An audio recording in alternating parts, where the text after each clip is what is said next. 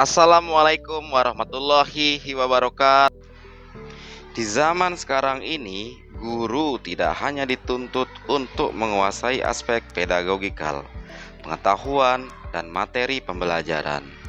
Namun, guru juga dituntut untuk dapat menguasai dan mengintegrasikan teknologi ke dalam pembelajaran. Pembelajaran matematika merupakan suatu momok bagi sebagian murid, sehingga dalam pembelajarannya kita sebagai guru harus memberikan pembelajaran sesuai dengan kesiapan, minat, dan profil belajar mereka. Perkalian bilangan secara bersusun merupakan salah satu kemampuan dasar yang harus dimiliki oleh setiap murid pada jenjang sekolah dasar. Sayangnya, tidak semua murid memiliki daya serap yang sama karena memiliki karakteristik belajar yang berbeda-beda. Di sini saya merancang sebuah pembelajaran yang menggunakan beberapa strategi pembelajaran seperti pembelajaran terdiferensiasi proses dan student expedition yang terintegrasi dengan multimedia pembelajaran interaktif sederhana berbasis Panda Suite. Bagaimana kelanjutannya? Silahkan saksikan video berikut.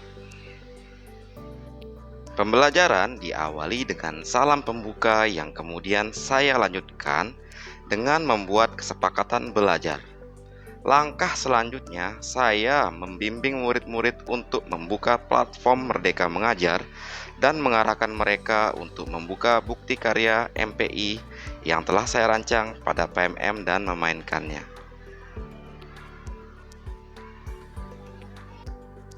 Pembiasaan berdoa dipandu oleh multimedia pembelajaran interaktif yang dilanjutkan dengan beberapa tes sederhana untuk memetakan kemampuan murid-murid.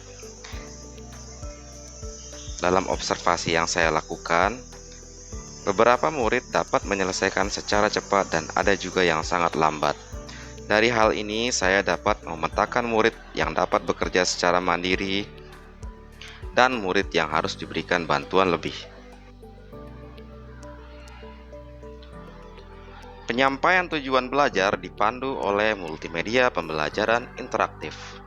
Adapun tujuan belajar pada pertemuan ini adalah melalui multimedia pembelajaran interaktif, peserta didik dapat menghitung perkalian bilangan bulat dengan bilangan desimal secara tepat menggunakan perkalian bersusun, atau disebut juga dengan perkalian vertikal.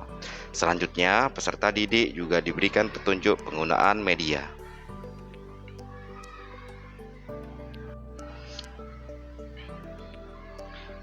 Pembelajaran terdiferensiasi proses diawali oleh pertanyaan pemantik berupa perkalian bilangan bulat dengan bilangan desimal.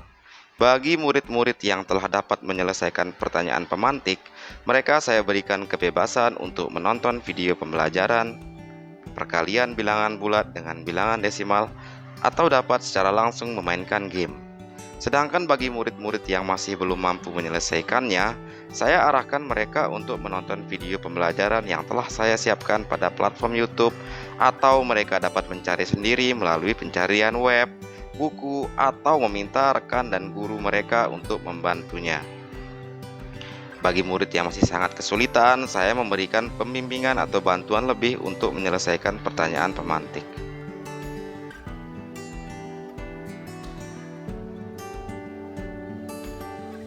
Setelah mereka dapat memahami cara menghitung perkalian bilangan bulat dengan bilangan desimal, peserta didik kemudian diarahkan untuk memainkan game berupa mengisi angka yang hilang pada perkalian bilangan bulat dan bilangan desimal yang telah disajikan.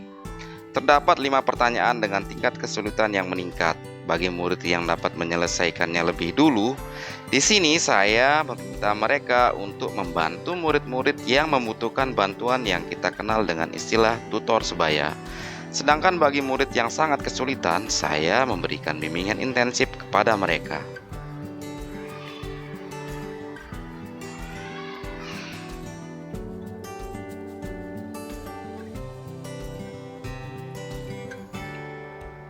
Refleksi dipandu oleh MPI yang telah saya rancang. Pada tahap akhir ini, saya meminta murid-murid untuk menjawab secara jujur tentang pemahaman mereka, apa saja kesulitan yang mereka hadapi saat belajar, dan tak lupa memberikan penilaian terhadap MPI yang saya buat.